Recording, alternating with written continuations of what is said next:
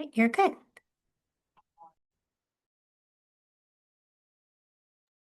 Sorry, I was trying to get the controls there. Wouldn't let me turn my microphone on. So, welcome. Thank you for joining me for Tempe Loves Data. Uh, Tempe Loves Data Week is an international celebration of data. Excuse me, that takes place every year during Valentine's Day week. So we're going to take the time to celebrate the data that Tempe has. So thank you for joining us. I am Melissa McGehee. I'm a senior GIS, enterprise GIS and data analyst. And today we're going to be talking about our open data portal. And that includes our performance measure dashboards, data catalog, as well as training and some other resources that are available. Now, I am going to be brave and I'm going to actually get out of this PowerPoint and go straight to our open data portal and show you these items that are on there. So give me just a moment. There we go. All right. So I have gone to open.tempe.gov and I'll put that link in the chat towards the end.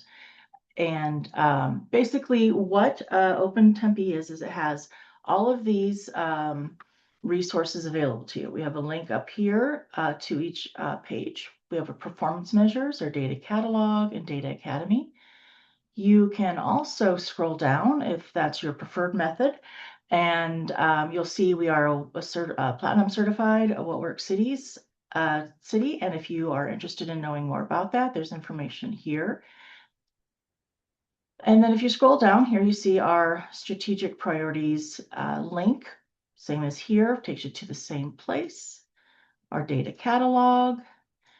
We also have budget data available. We're not going to be covering that today, but I just wanted to point it out that it is there if you're interested in looking at our budget data. And then as well, links to our data academy down there. So I'm going to go ahead and scroll back up. And I am going to start with our performance measures. And on this page, there are several ways to get to each performance measure. So we have our strategic priorities. Each of them are linked here, but you, like on the other page, you can scroll down if that's your preferred method. And each of these are linked to the list of performance measure for those strategic priorities. As well as at the bottom here, we have links to some projects that we have created that are like containers for data. They give context, background information, extended explanation, as well as sometimes graphics and images and dashboards of the data. They're just a little bit easier to digest. If you're just interested in looking at maybe data in your area, you're not really interested in like downloading the data and things like that, this is a much easier way to access that data. So those links are here. They're on another page, and I'll show you that as well. And again, there's just further, always further content to explore. Don't be afraid to click on anything. I will say that over and over again because I find people tend to not want to click and they're afraid they're going to break something. You won't break it. So if you're at our performance measures, I like to use this interface here, and they are hyperlinked. You can click on one of them. And this one's Strong Community Connections. At the top of each page is a table of contents that's hyperlinked, which would, when you click on it, it'll take you down the page. Likewise, you can scroll if you just want to peruse each of the performance measures. These are little snapshots. They give you what the performance measure is, its baseline and target, as well as its current standing. And then you can hit Explore Performance Measure, and that will take you to a page dedicated just to that performance measure, and it has more information. And again, you have that current standing as well as historic data, and you can hover over and see the percent, the 70, like in 2023, the survey response was 72.8%. This green line is the target. So year after year, the target is to reach 78%. On some dashboards, you might see a green bar that's in the future. That means there's a specific year that the department wants to reach that goal or that target. And so you scroll down some more and you get some more information about the performance measure, including the strategies that are being implemented in order to achieve that goal. And you continue scrolling down, you'll see at the bottom, sometimes it's just one, sometimes more than sometimes two, but often occasionally more than even that, but most of them are one or two. And you can either click on the link here or on Explore. And this takes you to the actual data itself in something that looks similar to an Excel spreadsheet. So you can, you can scroll, you can also scroll over to see more fields if they're there. So that's if you want to look at it in kind of a table format. You are able to download if you want. You can click that. One thing I like to point out, anytime you're looking at data anywhere, it's a good idea to take a look at when it was last updated. Is it being maintained? And if it's something that's been, if it hasn't been updated in 10 years, and you have a pretty good idea that maybe it should be, then you're looking at just historic data. I wouldn't use it maybe as a current data source. But if you're curious to know how often should it be updated, you can click View Full Details. And then this is what's called the metadata. So this gives you more information about the data itself. This gives an explanation of what you're looking at, maybe how it's collected. If it's a little bit more detailed, that might be described up here. And then down here, you have who you can contact if you have questions about the data, and how it's prepared, and that publish frequencies. How often should I expect to see this data updated? And then if there are some data sets that are fairly complex, or they might have a field or a column in it that you're not quite sure what it means, you can click on the data dictionary and it tells you the column. So this year, the year in this data set means the year the community survey was conducted. Sometimes it might be fiscal year, which is July through June. Might be calendar year, which is January through December.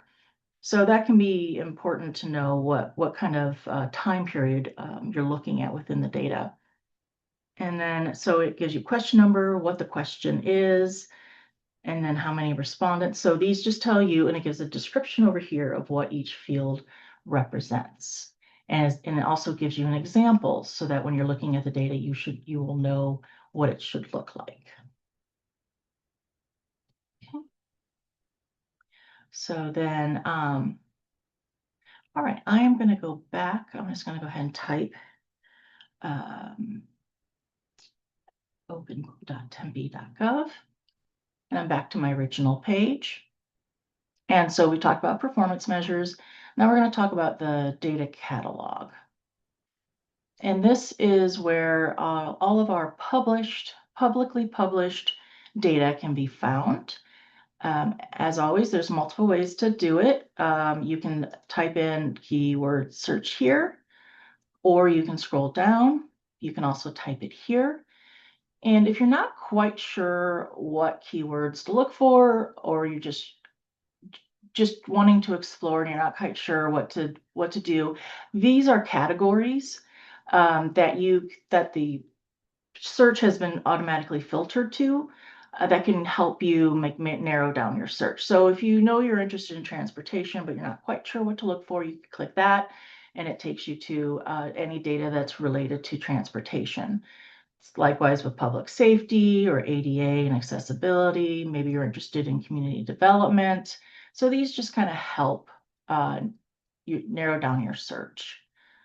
Likewise, here are those additional resources that we have created in order to make the data a little more easy for you to look at and use and assess. And then additional, if you're kind of curious, what's the most viewed, what's everybody looking at? You can look down here, as well as there's links back to those strategic priorities on the performance measure dashboard.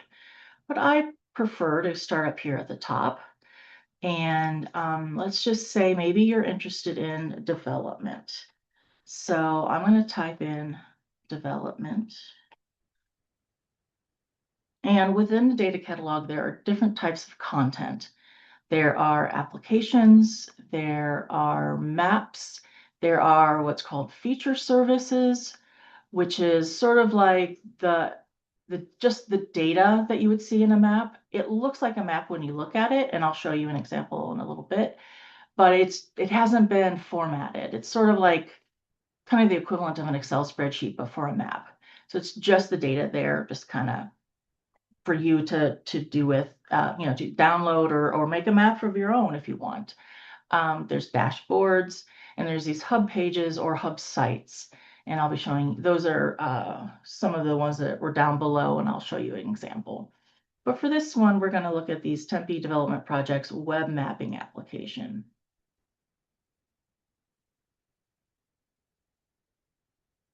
Give it a moment. Anytime you have anything on the internet, sometimes it does take a little bit of time, especially if there's a lot of data. And it can also, your internet connection can affect the speed at which something loads. So if you have a slower internet access, then it might take a little longer for it to populate. So just keep that in mind as you're sitting here waiting. If it's a really long time, like an hour or 10 minutes even, that might be something wrong with the data itself, or the application itself. There might be a glitch that we would want you to let us know about that. But a minute or two, and that might be your internet. So anyway, so here, this is what's called a story map. And you have some thumbnails of, some of them have images, some of them do not. And as you notice, as I'm hovering over different ones, on the map to the right, it's moving around the map and showing you where these are located. So you can click on one, and let's just say we're interested in the University Business Center. So it gives you a bigger image, tells you the address and its use, as well as where it's located. You can also click through the arrows up here. That's another way to navigate. Some of them might have a report here. You can click that more information, more info rather, and it gives you a link to the PDF of the site plan, which will give you a lot of information about that particular project. And then, so I can close that if I want. I can also, if I know the area I want to look at, I can zoom in if I need to. So there's some of them are kind of stacked on top of each other. You can also use the plus or the minus sign to zoom in and out. Let's say you just want to, click on one. This just has the address. Some of them, like I said, have more information. I am not familiar with development. That is not my area, so I can't answer any questions about what any of the statuses mean. So you can just, kind of poke around there. If you are interested in like the different statuses, so these are all filtered by status. They're all clickable tabs. And when you're zooming in and out, these adjust according to what is within the frame. So if I zoom in, now I only see these ones. Just helps kind of narrow down what you're looking at. If you want to go back out, you click the home page or home icon, and it will show the full map again. So that's one way to explore kind of our development projects data. Another thing, another data set that might be interesting, I'm going to go to data.tempe.gov, which is that subpage within Open Data. Just a little faster way to get to the data catalog. As you can see, it's highlighted up here. Let's just say you're interested in pavement quality. So I'm going to type pavement. And again, we have some different content types. We have a hub page, we have a feature service, and we have a dashboard. I would recommend, if they are all kind of look like there might be the same, like very related, I would go with the hub page or hub site. That just means that's the bigger container, and then each of these are used within that site. You're welcome to look at them and explore all of these, but this would more than likely contain these two things in this as well. Now, anytime you see this combination of numbers, number, decimal, and two numbers after, that is a performance measure. But this particular performance measure dashboard page has a lot of information on it that most do not. And it can be very useful for understanding PQI or pavement quality index. So it even has a table of contents that's hyperlinked to take you down the page to these sections. So you can scroll through and it has the other the standard performance measure information, which is useful too, but it also gives us an extended explanation of costs associated with pavement improvements, as well as the current quality index, some images, and this one's a pavement quality index by streets, by segment. Another thing to note here is that if you see, again, don't be afraid to click on anything. So this is open the legend. So this is the legend that tells you what the colors mean. So if it's a darker green, it's excellent. And then it goes down to red, which is poor. So that will help you, easily identify just by visually glancing at it, what areas that most likely being focused on for improvements. And you keep scrolling down, you have some like a glossary, and then these are planned projects. And again, you can click on things. Where to go? Come on. I think this one here. So there's a pop-up that gives you some information there as well. This is, you can scroll and get information down that line there. You might sometimes see a little button like this. You can click that and it gives the data as a table. So again, don't be afraid to click. And you have the traffic counts by segment, so you can click on that and get that information, and then some frequently asked questions. So this is all information about the pavement, which could be useful if you're wanting to understand what is going on in the city.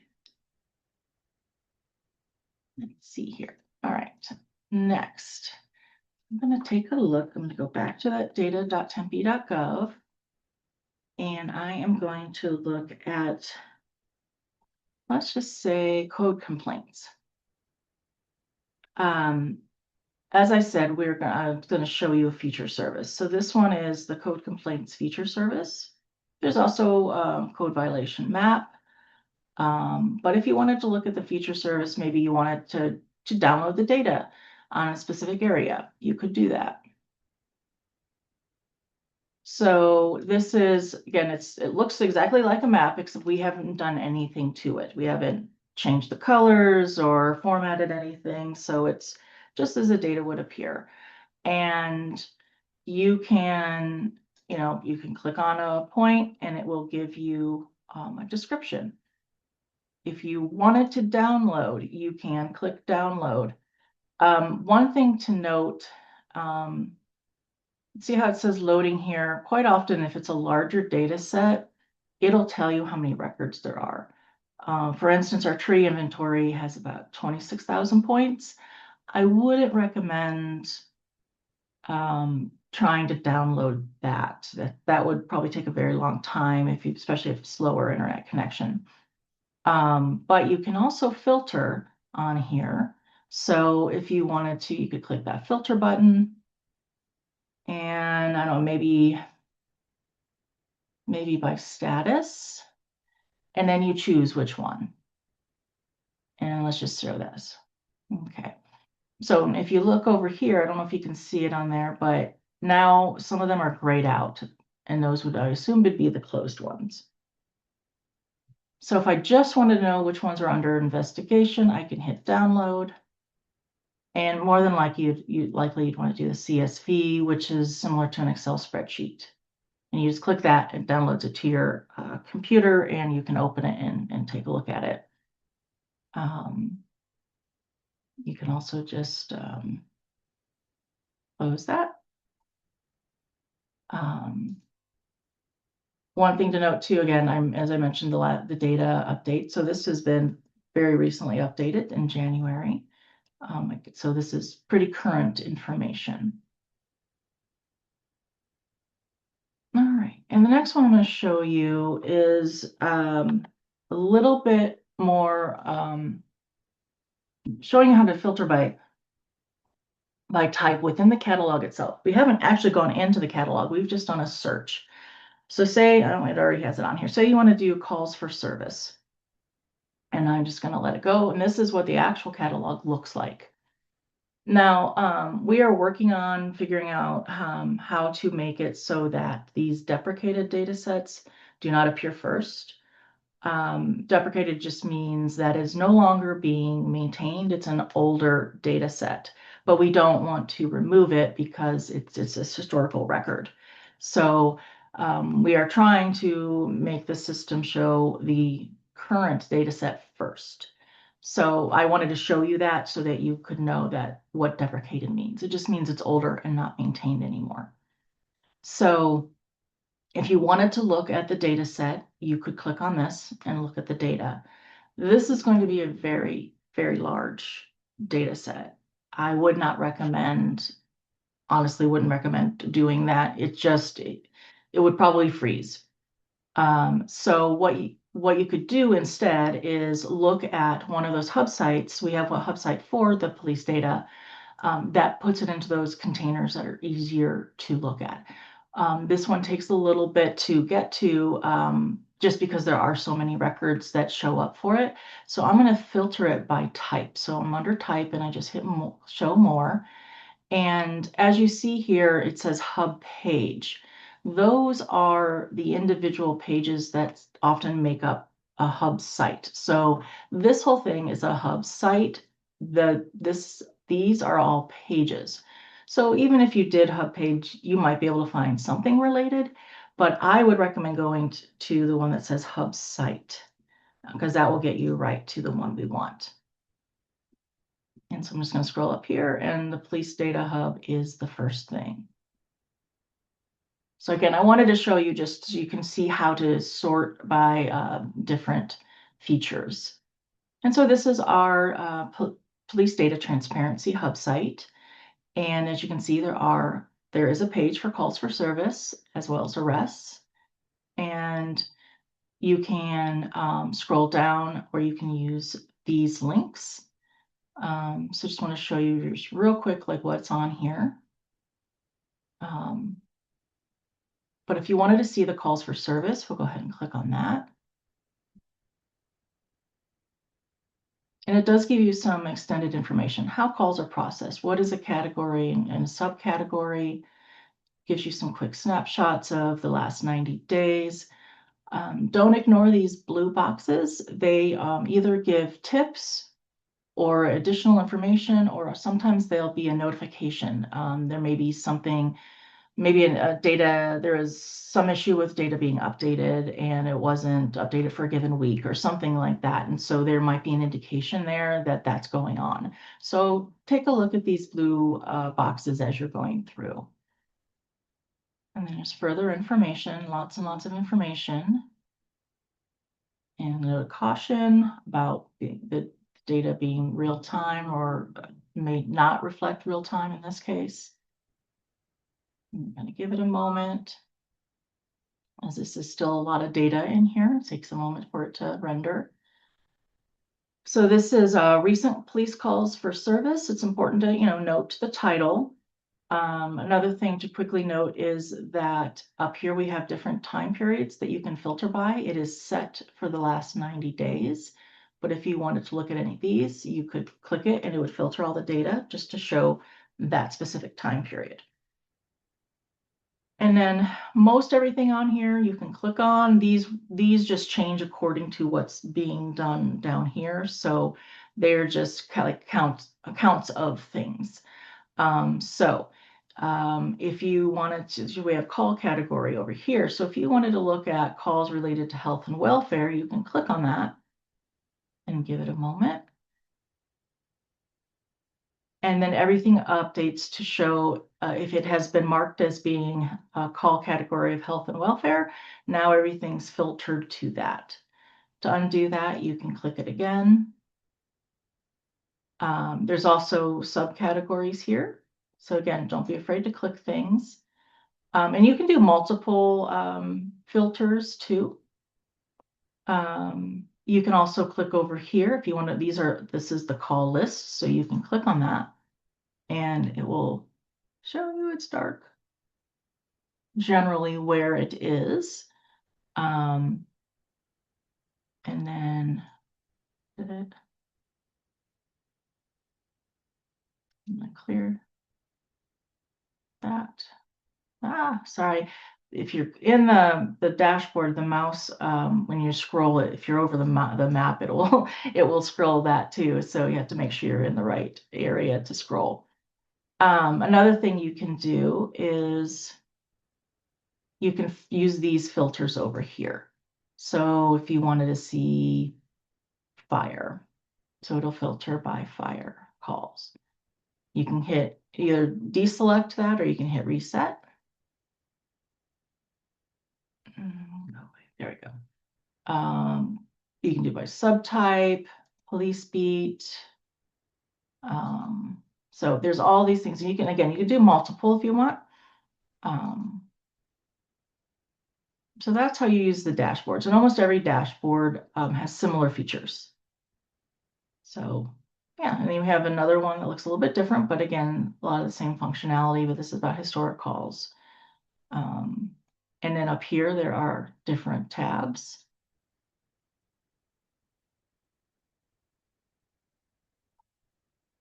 And then continuing on down here, there's some frequently asked questions. And then this becomes very important because again, this data is fairly complex and words have very specific meanings often. And so, excuse me, the glossary is important. So this links out to a list of the glossary with the various definitions. There's a user guide that kind of helps you walk through like how to use the dashboards like I just was showing, as well as that data dictionary that will give the definition of all the columns and fields in the data.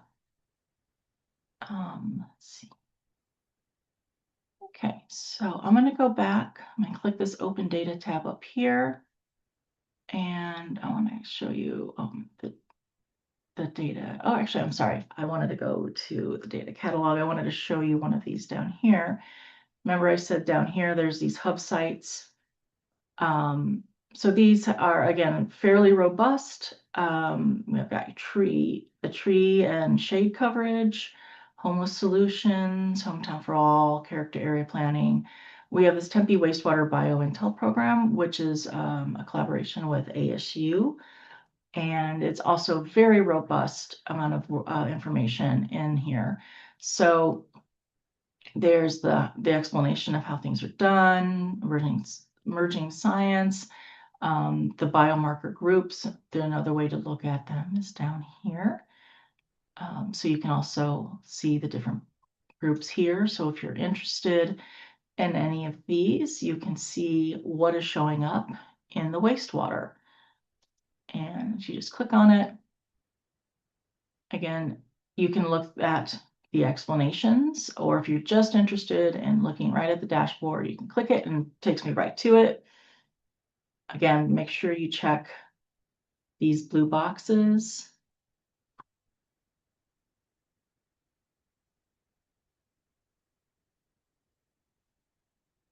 And up here's a filter. So if you're interested in a specific collection area, you can do that. And those are all identified over here. You can do by date, to and from. You can also, there is a table if you're interested in looking at it that way. And there's several dashboards on this page as well. So those are just some different sources of data that you can find on our site. So I'm back to Open Data, and I wanted to show you quickly our Data Academy. If you scroll down, we have some videos here. There's how to interact with the map. So if you're on a map that we've made, and it will show you just some of the basic functionality of how you can click on things, how you can zoom in and out, click on the pop-ups and things like that. Also, ArcGIS Online is the software that we use for making our maps. And the company Esri that creates ArcGIS Online, they offer free public accounts. So this will show you how to navigate that and create an account. And then we also have a video on how to navigate the data catalog, which I just went through, as well as performance measures. And these are, just to warn you, they're now slightly outdated because the interfaces have changed a bit, so they need to be redone. But you can at least, especially I think these ones, but they can give you a general sense of how to do things. We are also wanting to add more videos as we identify new skills that maybe people might want to learn. Along those lines, Esri, as I mentioned, they offer these free webinars and tutorials or videos that you can take if you're interested in learning how to map, how to do GIS, which is Geographic Information Systems, the map making. You would need a public account in order to access these. Also, they have more videos and tutorials and things available in their catalog. You can go to that, and then there's an option at the top to select for public. So it will just show you the ones that are free to the public. And then on our About page, we really do want your feedback. So if you have a question about data, if something isn't working the way you're expecting it to work, just a link is broken, anything like that, or if there's a video that you would like to see added as a resource, fill out the form and we will take that into consideration. It's a large site. There's a lot of things to monitor, and we don't always catch things. So if you catch something that's broken, that helps us out a lot. None of the fields in it are required. There is a place for you to put your contact information only if you want us to reach out to you, and we don't share that with anybody. Likewise, this open data request form, if there's a data set that you're trying to find and you couldn't find it in our open data catalog, but you would like to see it there, this is where you would go to do that. You can let us know what data set you're requesting. Try to be somewhat specific. We can't just, like, parks data doesn't really help us. Like, what kind of data do you need to know? So you can put that, and then how are you going to be using it? Are you doing a research project? Are you doing something, citizen engagement, where the data would help support some activity that you're doing? So give us a description of that. And then your contact information is required for this, just so we can follow up with you. We don't share that with anybody. And just note that even though you request the data, it doesn't guarantee that we'll be able to publish it. We might not have the data available. It might have personally identifiable information in it that makes it so we can't publish it. So this would just spark a review and consideration of. And then if we do publish it, we would then respond to you and let you know the link to it. Okay, that is all that I have. Do we have any questions?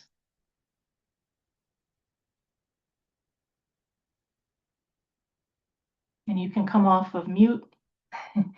Thank you, Stephanie. You can come off of mute if you want, or you can type it in, whichever is more comfortable for you. Is there anything you'd like me to show again? Because I was kind of going a little bit fast, so I can go back in if there's something you want me to go over again.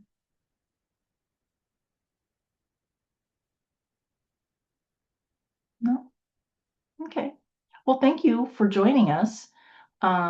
Tomorrow evening, we also have I'm gonna bring this over we have an in-person session at the library at 5:30. We'll be having presentations from the police department and on from Community Health and Human Services. So join us there, Desert Willow Room at 5:30, if you're interested.